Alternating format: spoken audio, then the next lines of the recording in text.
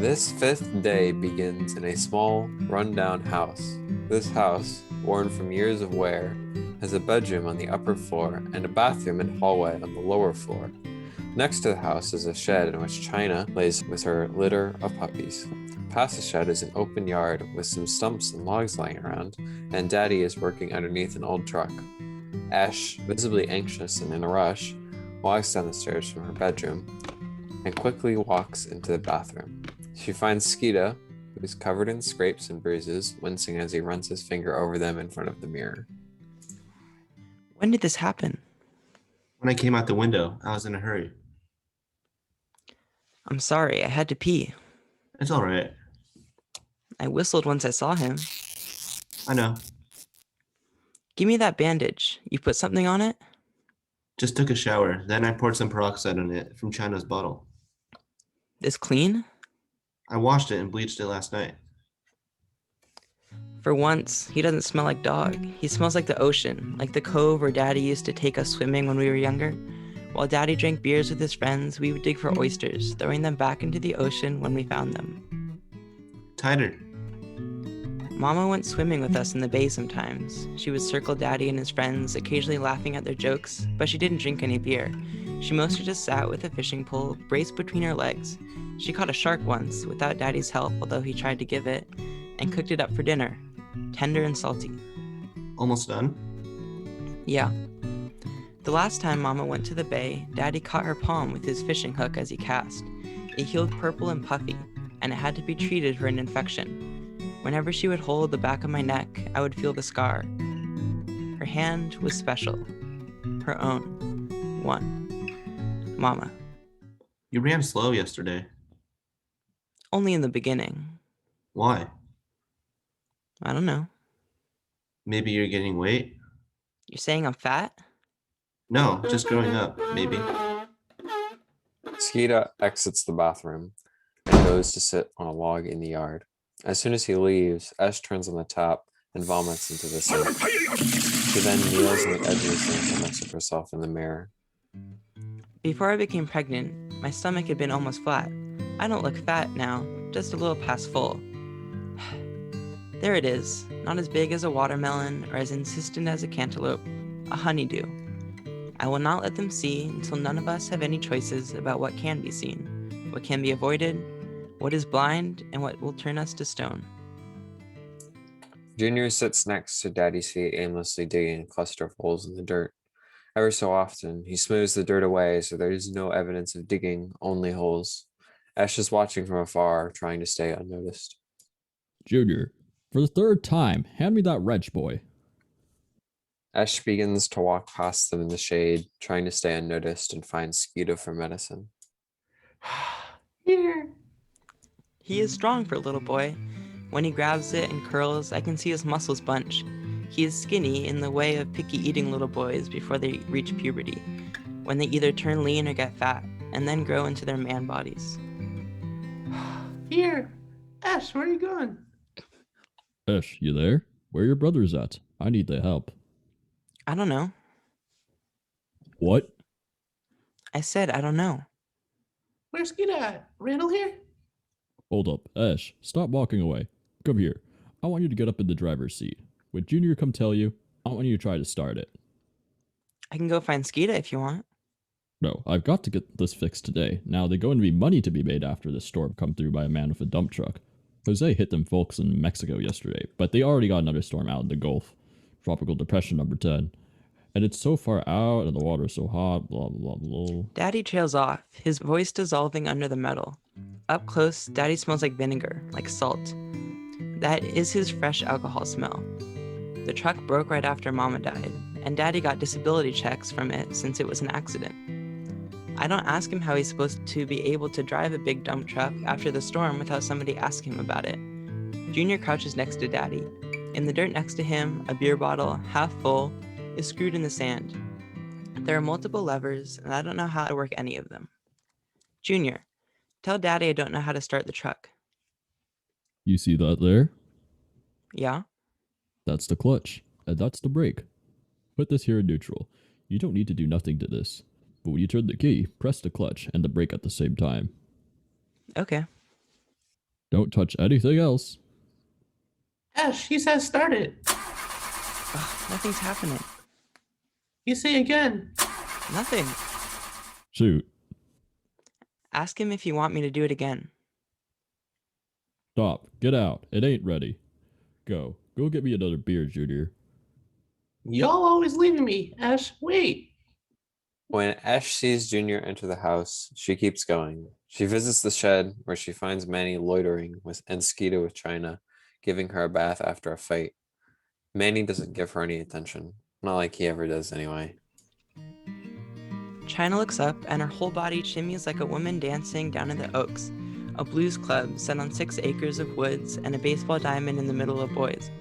They host baseball games for black town teams every Sunday during the summer. Once, when the outside bathroom stalls were broken when we were younger, Randall walked me into the blues club during a baseball game Sunday to use the bathroom. He and Skeet and I had spent the day begging quarters from our friends to buy pickles and soda in the concession stand, hanging from the chicken wire that bagged the dugouts, watching the away team clap and whistle and kick at their bats and throw practice shots while Mama and Daddy were in and out of the blues club. I think that's the dirtiest I've ever seen China. I'm waiting until right before the fight to clean her, so she'd be shining on them. I thought you wasn't going to fight her. Her fresh with milk and all. I ain't, but I'm gonna take her. Can't let fellas forget who she is. You know Rico going to be there, fighting Kilo.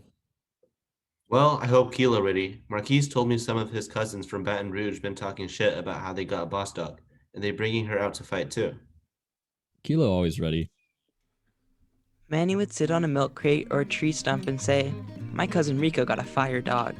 Probably the same age as yours, but bigger, more muscle, got a killing jaw." Skeeto would ignore Manny, or glance at him while he was dragging China through the sand, around the junk by her teeth locked in a bike wire, and say, "Really?" "Yeah," Manny would say, and his white teeth would flash in his glass-burned, beautiful face. "Yeah." China would squeal a dog squeal and bear down with her haunches, make Skeeta stumble toward her. "We'll see," Skeeta'd say. China arrives at the pit with Manny and finally sees her. Knee-high, stout as any boy dog, but still sleek with muscle, and her long neck and head like a snake's. Skeeta has her climb a leaning tree and then shred half of a car tire, pulling it so hard that the wire in the rubber makes Skeet's hands bleed. What's the dog name? From Baton Rouge? Boss. Well, Kilo fought from Florida to Louisiana. Broke a dog leg once. They better be ready. You seen it? What? The break? No, Rico told me. Y'all need to start a fire out here. Why y'all always got so many bugs up here on the pit? Not so bold, they out here in the middle of the day. Fuck the evening time. We savages up here on the pit. Even the gnats. Mosquitoes so big they look like bats. You better watch out. Junior look puny, but he'll sucker punch you in the neck and leave you choking. And Ash, you see how Boss China is. You think the other girl on the pit going to be weak? I ain't saying either of them weak, but you know China ain't as boss as she used to be. What? Any dog give birth like that is less strong after, even if you don't think it.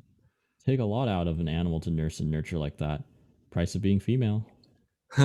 You serious? That's when they come into their strength. They got something to protect. That's power. To give life is to know what's worth fighting for and what's love. "You wormed her yet?" Does Manny think that of me? That I'm weak? That there is a price to this body that swallows him, that pulls at him and takes him until he has nothing left? Is Manny glad because he will never have to pay it?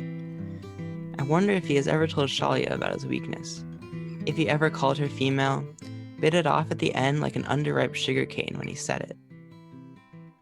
Nah, she wouldn't take the Ivomec earlier. Spilled it. You know how to mix it? What you mean mix it? Fuck, you're gonna kill the dog.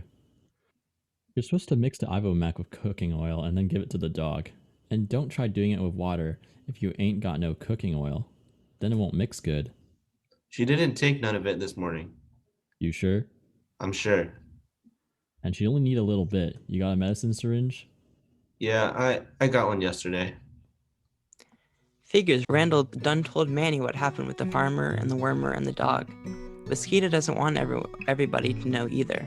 Less people that know, the less people that talk if the farmer ever wanders through the wood our way, asking questions. We live in the black heart of Salvage, and he lives out away in the pale arteries, so I don't think he'll ever come here, swinging his cane like an axe, his dog foaming, probably a rifle in the back window of his gleaming, tinted pickup truck. But I know what Skeet would say. But still. You need half a cc for every 20 pounds. What? China about 65 pounds? Give her 1.5. Any more than that, and she can go blind. Any more than that, she could die. Get away from the door, Junior. Ash, we got oil. Ash, Skeeta, and Junior leave back inside the house looking for oil. Too metallic, too bland. But the bacon grease Daddy keeps on the counter in an old coffee can, the metal waxy with residue, that tastes like drippings. That tastes like the next bite is going to be salty, crunchy bacon, tender in the middle, burnt at the edges, stiff as a twig. This she will like. I took it from behind the hall at the church. Where's Manny? Said he had something to do. He said he'd be back. Junior, stop it. Shit, I need a bowl. Can you get me a bowl, please? Junior, go get him a bowl. He asked you. Junior, go ahead. No. Ash, please. In the house, I hardly sit on the toilet. I lean over and mouth my knees, feel the tender skin above my kneecaps with my lips. Outside, the rooster crows at the middle of the day, his call cutting through the hazy buzz of the insects. Nausea digs at me. Manny is left. I don't want to think of him, to know he is somewhere out there eating up all the sunlight, smoking a cigarillo, passing purchases to customers at the gas station, his hands brushing a shalia soft as marsh grass. But I do. I walk in shadow on the way to the shed, where I can't avoid the sun, where it touches me through the branches, it burns. Skeeta pours a palmful of the bacon grease into the bowl and then squirts in Ivomec. He mixes it with his finger. Even though they are in the shade, the heat is worse in the shed, like the inside of a hot fist. Junior and Skeeta are both glazed with sweat, and Skeeta blinks like he's about to cry because the sweat runs like water from his scalp to his forehead into his eyes. Ash is trying to see whether Ivomec is mixing well in the bowl when there is an eclipse of light in the doorway and Skeeta looks up and past her, looking pissed. Move out of the way of the door. You're blocking all the light. Both of Mandy's hands are on the top of the door sill, and he leans into the door, stretching his body like taffy. All I can see is the shadow of him and the white of his smile. It feels wrong to not be able to see his face. It seems wrong that he is dark as me now, that he would be washed dark by the sun behind him, like ink set to bleeding over waterlogged paper. I want him to grip my hands like he grips the dark beams over his head, to walk with me out of the shed and away from the pit, to help me bear the sun, to hold me once he learns my secret, to be different. Anybody seen my lighter? No, move. You, Ash?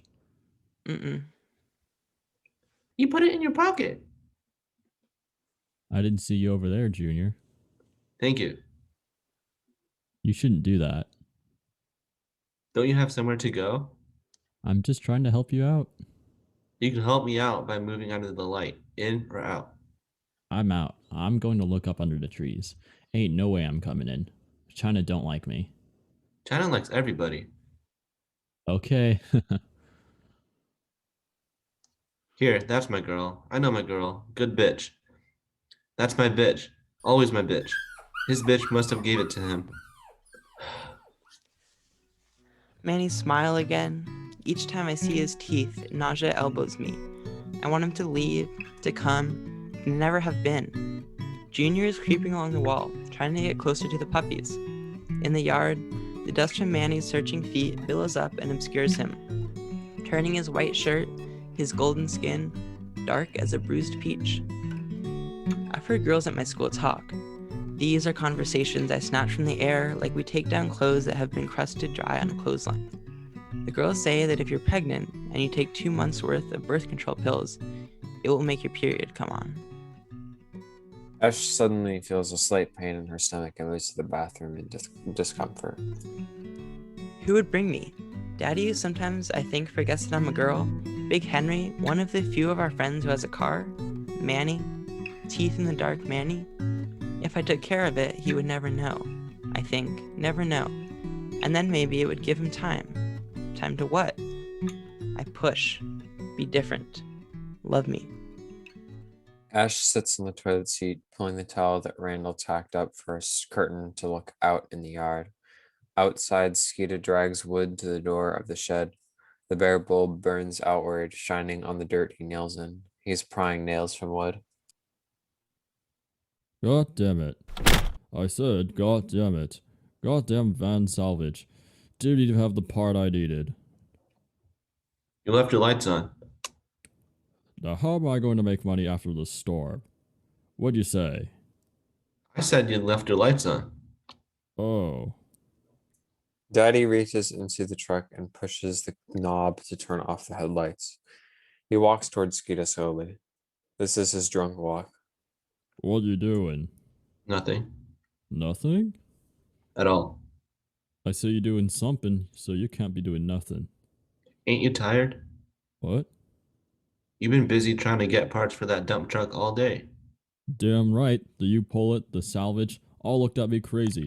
No dump truck parts, no help when I was looking through the cars. Look at me like they don't know when a man's talking when I tell them a bad storm's coming. Skeeta straightens, balances on the balls of his feet, preparing to outweight Daddy. The hammer is on his knee. Them's boards. You been in my piles? Nah. I got them gathered for the house. You always meddling. You want the windows to shatter? Daddy, I ain't mess with your wood. Well, where you get it from then? Found it off up in the woods. You ain't found shit in them woods. Did you? Yes. Bullshit. Everything I do for y'all, and y'all don't appreciate shit. Daddy reaches to grab Skeeta's arm, to pull him to standing and then shove him. He tries to shove him, but he's slow to let go. They grip Skeeta's shoulders hard. He shakes Skeeta. Let me go, Daddy. China is standing in the doorway of the shed. She does not growl. She does not bark. She is still as she watches the struggle between Skeeta and Daddy. Let go. All I do. Daddy shoves Skeeta so hard that he almost loses his balance. China rushes in. Hold. I wish you would. I wish you would. I would take up country and shoot her. No. Call the county pound. Make you watch them take her away. I'm trying to save us. Y'all need to learn to appreciate me. You hear me? Put them goddamn boards back where you found them. You hear me? China's tail lowers, but her ears are still laid back down, her skull like a crest of feathers. Skeeta is whispering to her, murmuring. You hear me? China's tail rises. Yes. Good. Daddy turns to walk into the house. He shuffles sideways, slow and deliberate, watching Skeeta and China watch him leave to the abandoned hammer, the fallen frame, the dark expanse sounding of bug and wood and wind spreading out and away from the two of them like a bride's train.